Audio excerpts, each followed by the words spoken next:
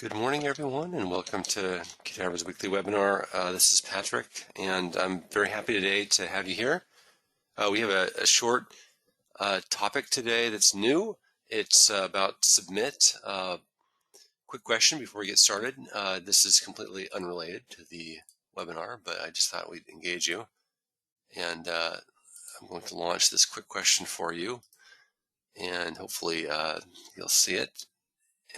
Has your work changed since the pandemic? Is the pandemic over? Where are you at? Are you going back to restaurants? Are you still at home? Who knows? Okay, we got one person saying who knows. Okay, now another person saying herd immunity. That's great. Two people saying who knows. Okay, thanks for playing along here. Here in Seattle, we are herd immunity. So apparently in 1 week, we will have everything back to normal. So football games, whatever, baseball games. And what about you, Joanne? What's it like in the Philippines right there? Is it, are you guys back to normal yet? Probably not, right? You don't have the vaccine yet, right?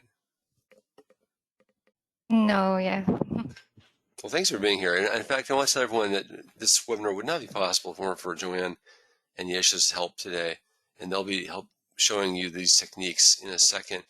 You can see my screen okay, Joanne, is that correct? I'm not seeing your screen, Patrick. Okay, I need to share out again. Thank you. So today we're talking about submit. There are two steps when your form is critical. One is when you open the form, you need to be make sure the form opens quickly. You need to make sure that the form queries data, shows them a nice view. And the second most important step is when you actually submit the form. So it's about the initial appearance, the initial impression when they open the form. That's key. And it's also making sure that the submit works and you get the data that you want. So collecting the data is all about that save or submit at the end, and making sure that that last piece, that last click is a pleasurable experience for your users. So today we're going to talk about ways to make this better.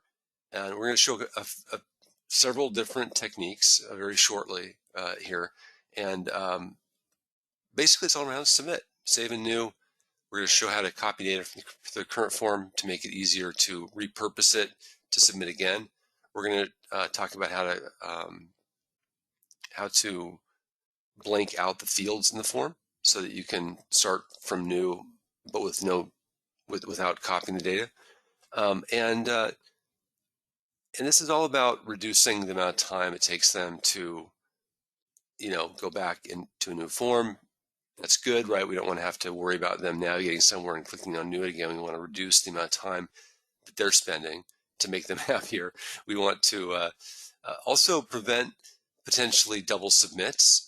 So we're going to show a technique today about that. We're also going to show you how to navigate back to the dashboard or to another form on close. So those are the four things we're going to show today. And let's quickly show those. So here's our expense report form, and we're actually showing this form here in Forms here. And it's actually using the central flows techniques that we've talked about before. We're going to be doing another webinar probably next month or in August, talking about parallel workflows. This one is a sequential one. And what you'll see here is my expense report form.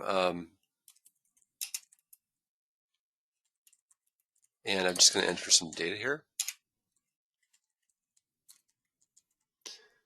And so we've done with this form quite often.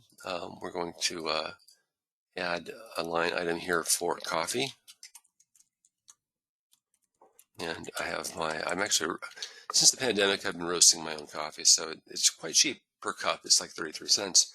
But let's say we want to go back to our favorite heart roasters in Portland and buy some coffee beans from them. And let's say it costs, I don't know, it's more expensive. It's 60 cents a cup if we buy our roasted beans, if we don't roast them ourselves. Now we can add another line item here, and we could say that we're going to actually I don't know, just for the purpose of this demo, we're just going to say shipping. No, obviously, it would all be part of the same cost here, but we'll see that's. Now, the first technique we're going to show here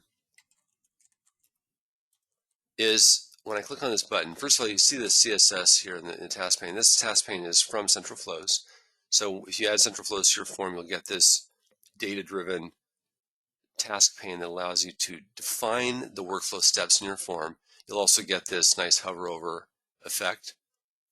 You'll get locking. You'll get a bunch of other features, and we've shown those in previous webinars and in the training class we did in April. But what I want to show today is when you click on submit, instead of keeping the button the same, it's going to give us some feedback. And specifically, you see that it's turning into that spinner as it's submitting the form. And that's useful because I can't click on it again, which is great. And then it switches to this view. So the second technique we're going to talk about today is switching to this view. Now, this is a best practice. We always want to show our customers, our users, that, hey, you actually succeeded in submitting the form. And that's a nice confirmation that everything went well, data was collected. And then we've got these three buttons here. So we've got the button to create a new form, which without going back to the library, without going back to the dashboard, it automatically just blanks out the data and switches us back to that view. So this is demo number 2 now. And we'll pick something different. We'll pick entertainment. We're going to go back to the life without masks, maybe. And here in Seattle, we are still masked up. People are still nervous when they go into the grocery store. But we do see some people that are not wearing a mask, which is either their... Okay, so this is submit number 2 here. And what I'm going to do next is I'm going to actually repurpose that data. So the next button that we're going to demo is this clone previous. And this is showing how to copy so the create new is actually more interesting in terms of the logic behind it. And when I switch to Joanne's demo, she's going to show you how she did these techniques, or Yesha will. But the create new is actually more interesting in terms of how we did it than the clone previous, because clone previous, all we're doing here is we're just copying the data that we just had in the form. In other words, not doing anything because the data is already there. And you can see that's exactly what happened. And now we can submit a form, a new form with this same data. And let's just change the cost here to something more unusual.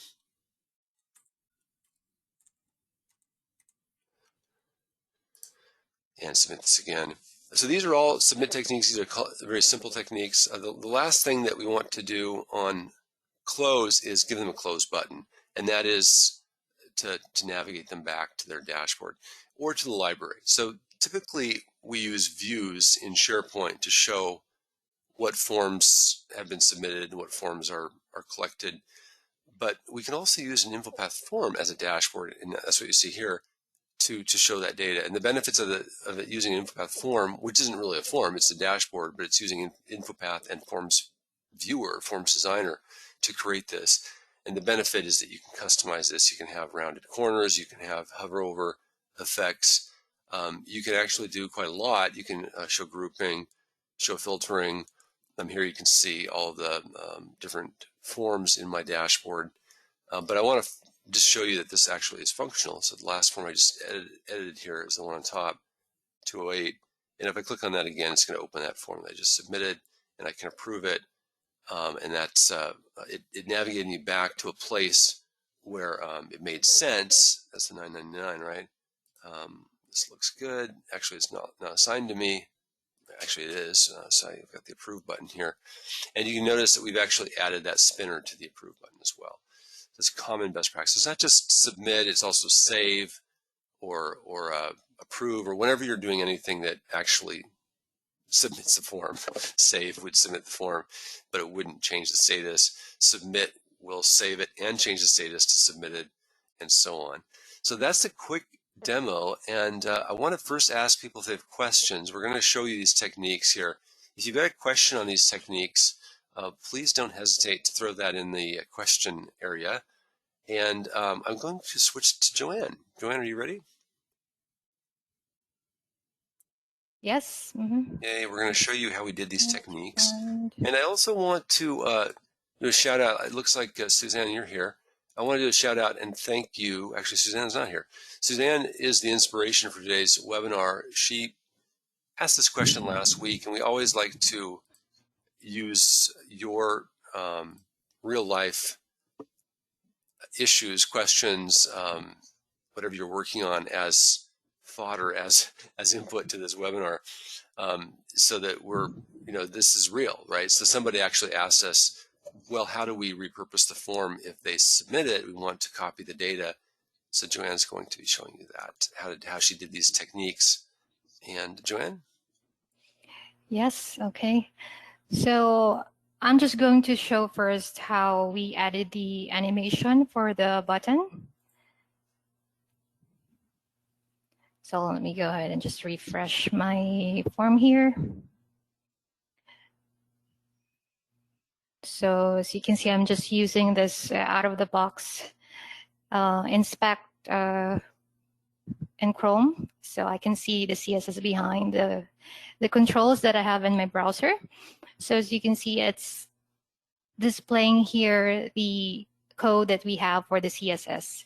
So it's just a plain using with 30% background like that. If I uncheck this, you will see what's happening there. We're using this background to blend the button color in the task pane's background, and we're using color for the font. So that's the basic design for the button. Now, as you can see here in my section, how do you call this, section color, I have input here and then the bracket for type button. But you will see next, if I will click this button, there will be an on-click action here after input, and it will display the animation. Okay, so my CSS is now changed to the on-click action. So right there, I'm not sure if you're seeing my cursor, but I'm pointing it to that on-click text. And so for the CSS for animation, we're just using this piece of CSS code here. So it's the same as what's showing here in my browser. It's using width 40 pixels, so we're just making it smaller. If I uncheck that, you'll see what happens. Using height 40 pixels as well. And this is what's doing the animation, the actual animation. So if I uncheck it, it will stop rotating. So Kaoru designed this animation CSS. So if you want to add this to your form, we can send, or the resource file, the CSS, is also included in the sample form, and you can check it out here in the submit animation.css, and it's included in the form. So you just add that CSS as a resource file to your form, and then there's like one rule on load that you have to load the resource, right? Right, yes. So in the, let me show you that here. I'm loading that command load resource for the submit animation CSS. You've got a lot of resources. Yep. Loaded. Yeah, we do. Great. Okay, that's so cool. that's simple. And it looks nice because, like Patrick mentioned, it's provides you a nice feature. Like you're telling user you're not allowed to click anything yet because the form is processing something. So that's the purpose of that animation for the button. So next, I'm going to show what we have for the final view where the thank you message is displayed. So Patrick has showed you these 3 buttons, and I'm going to show you the rules that we have for these buttons. And by the way, I'm opening the form, the expense report form, using Forms Designer. So this is the current Forms Designer version that we have right now. It's the replacement for InfoPath that we're developing, and this is the latest version in beta. So I just switched my view. The default view is the expense report view, and there's also a function here to switch view. So I'm going to click on this first button here and click on my rules. So here you're going to see the actions I'm using. So it's using transform command here. It's running a qrules transform command. And if I click on this edit rule button here, edit formula, it will display the transform command I'm using for qrules. So this is just a piece of command that telling your form to reset all its data, and it's utilizing the upgrade.xsl resource. Is it Every always the InfoPath same form has name this. in your form? I mean, is it always going to be upgrade 1, or is it just upgrade XSL? Sometimes, based on my experience, sometimes it's upgrade, just upgrade. Sometimes it changes it to upgrade 1 for some reason. So, so right now we're using this file name. But this is something that the InfoPath designer created, right? Yes. Okay, So so it's built they can into just, how will InfoPath. they find out, how do they know which one it is for them? In order to get that file, to generate that file from InfoPath, you need to go to File, okay, File, Form Options, Versioning, and you need to make sure that this option here automatically update the template and automatically upgrade existing forms is selected for versioning, and it will generate that upgrade.xsl if you export your form as source files. Do they need to go into the resources and add the files resources, or is that already there because it's created? No, it's already there. Okay, yeah. Cool. We're just referencing it here. Can you show us the resource files in Forms Designer too? Is it something that they will see there? Yeah. So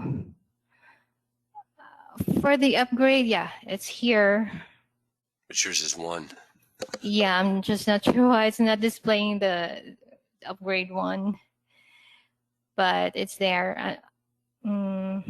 Well, You didn't think I'd ask those questions, did you? it's in my folder. Okay. So it's not showing up there. That's interesting. No worries.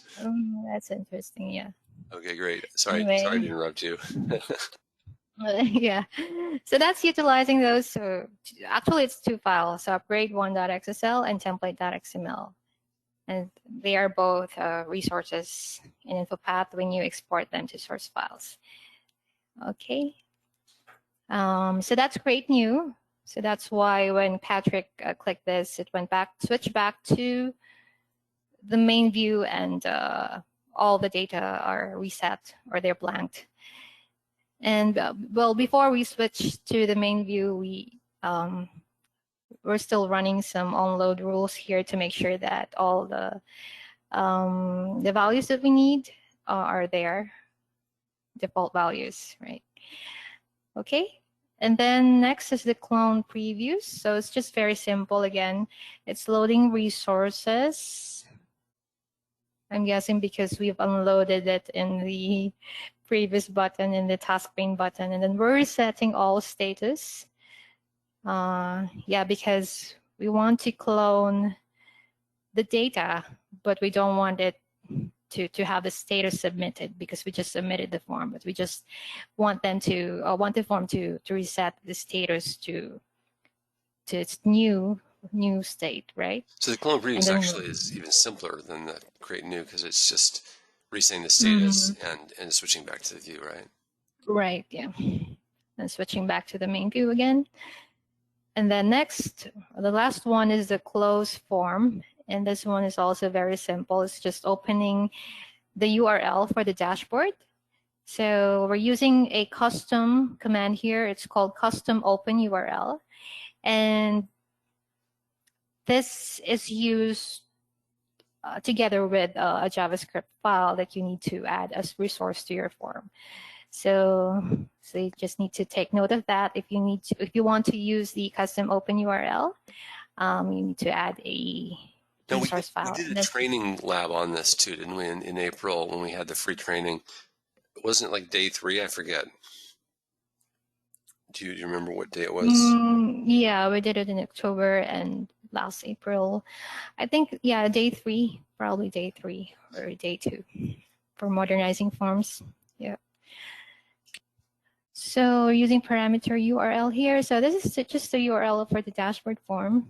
Forms your URL here. How do they get that link if they want to paste in their own link? It's as easy as just going to Forms Viewer and just right-clicking and copying, right? I'm better. Yeah.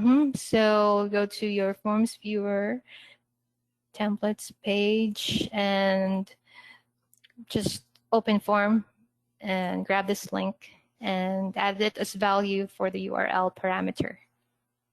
So no special formatting or anything like that. They can just copy it from Forms Viewer. No. Yep. Yep, great. Copy it from Forms Viewer. I'm lost now. Sorry, Joanne. So reopening again. Okay, yeah, I'm back here. So yeah, so what I'm talking about is the resource file. Because you will need this. It's the open URL.js. Yeah, so it's here. So you just need to add file here and drop that resource file. If you're using Forms Designer, you can drop it here, or you can also use InfoPath. And that's it. Awesome. Thank you Am I missing so anything? much. No, I think you covered everything. Those are the 4 techniques that we want to talk to you about today. And I'm going to switch back to my screen. Thanks, Joanne. Or switching. Okay, switching. Yeah, I will Okay. switch back. Thank you. Thank you. And like I said, if it wasn't for Joanne's work and Ish's work and Kirby's work too, to work on these slides, we wouldn't have any webinar for you today. So I want to thank them again for their excellent work here. We've got these 2 links in the slide deck, which we'll send out after the webinar. We just got 3 questions in the survey today, really quick. And we'll send you this, and you'll get these links. And you can look at Qdabra's first demo of this spinner, the animate icon, back in 2019. We also have a link here to the auto save. This is another technique. We didn't show this today, but it's often useful to automatically save the form after a certain amount of time has passed. And this technique, this webinar will show you how to do that. You can download the sample. But this is another custom technique that only works in Forms Viewer, which is its ability to have a timer run if there's no activity in the form and automatically save it, maybe present a dialog saying, hey, the form's been saved, click here if you're going to continue working on it. This is useful when you have a lot of people working on forms and you don't want somebody to hog lock the form for other people so they can't use it. So your questions. Any questions for us on these techniques today? We went over several techniques that improve the submit behavior for your forms, reducing the amount of time it takes them to start a new form, making sure they don't hit submit twice, creating a new form when you want to create it from scratch or when you want to create it from the existing data, and then also showing you how to navigate back to the forms dashboard that we had. And Joanne also showed you, actually we haven't done this yet. Let's show the new techniques in Forms Designer, Joanne, if you don't mind. And I'll make you presenter again.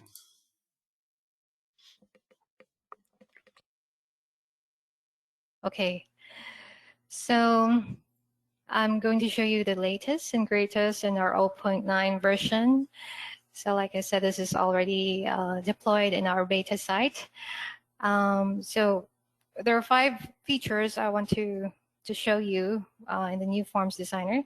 So first is the form load. So let me just show you where you can find this in InfoPath. So in InfoPath Designer, there is a form load default built-in form load under data, and you can add rules here, rules that you want to run when your form opens. So these are the rules that I have in my form load, and this is now currently supported in Forms Designer.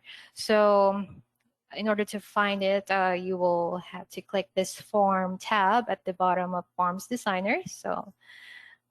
And then I will click this form load rules, and it will display the rules that I have in my form in this task pane. So these are my form, or the names of the rules, and these are the details of those of each rule.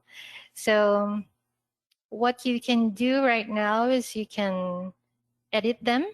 So you can move down, you can move a rule up, you can actually add another action here and save that.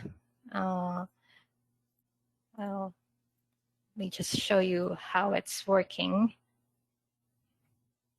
So this is the show a message box and another show a value message that I have in my form load, and it's setting my current user field to the username, current username, opening the form. So, yeah, so my form load rules are working, right? So if I, for example, let's delete this. If I try to move this down and save it, of course, it should have taken effect now, right?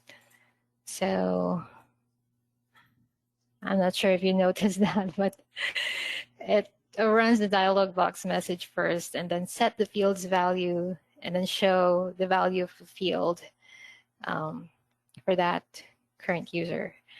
Then, so that's the form load. That's one area. And then another thing is the background change. So most of our users are using the default background, change background image in InfoPath. You can right click on the canvas and use this background here, background color, background picture. So that's now supported in Forms Designer as well. So you just go here in the View tab and use a color that you want as your background. But this time I'm going to use an image. So I want to add an image in my resource file so I can use it as background. So easy, you can just drag and drop there. Then it's now here, showing as one of my resource files. So let's go. Oh, well, I don't have to close it anymore because it's here at the top. Just have to click it. So use a background image, and that's my sunflower there. Now let's try. So well, there's your background. It's not like an ideal background, but it's just showing you that it works now in Forms Designer. And another thing is the custom table. So insert table. A lot of forms are using tables. So you can click here and insert table. Gets added in your canvas there. Also, we're supporting add sections now. So I can select section under controls and bind it to a group in my field here under the main data source, or I can also use a group in a secondary data source. I'll just click done, and my section is now displayed here in my canvas. And another cool thing for Forms Designer is this copy X path. So in InfoPath, this is a feature where you can right-click on a field and select copy XPath. And we use this mostly for when we need the XPath for adding it in a rule. So yeah, so this is now the copy XPath feature, and we added it, displayed it as a button here under the field properties. So I just selected the field that I want and copy XPath. And if I paste it in my notepad, so it's right in my clipboard, I just pasted it, and there's my XPath. And I think that's about it, Patrick. Wonderful. Thank you so much, Joanne, for demoing those new features. Our goal is to get Forms Designer 1.0 out here in another month, and that's our goal is to have, maybe it's 1.1, maybe it's 1.2, but soon we will be announcing feature parity. The main feature that's remaining is getting the data connections working so you can add new data connections, and then we're pretty close to having feature parity with InfoPath Designer. So thanks again, Joanne, for that. I really appreciate you doing the demos today. Yep. So let's switch back, and that's pretty much it for today. If you have questions, now's a great time to ask them. And we want to thank you for being here.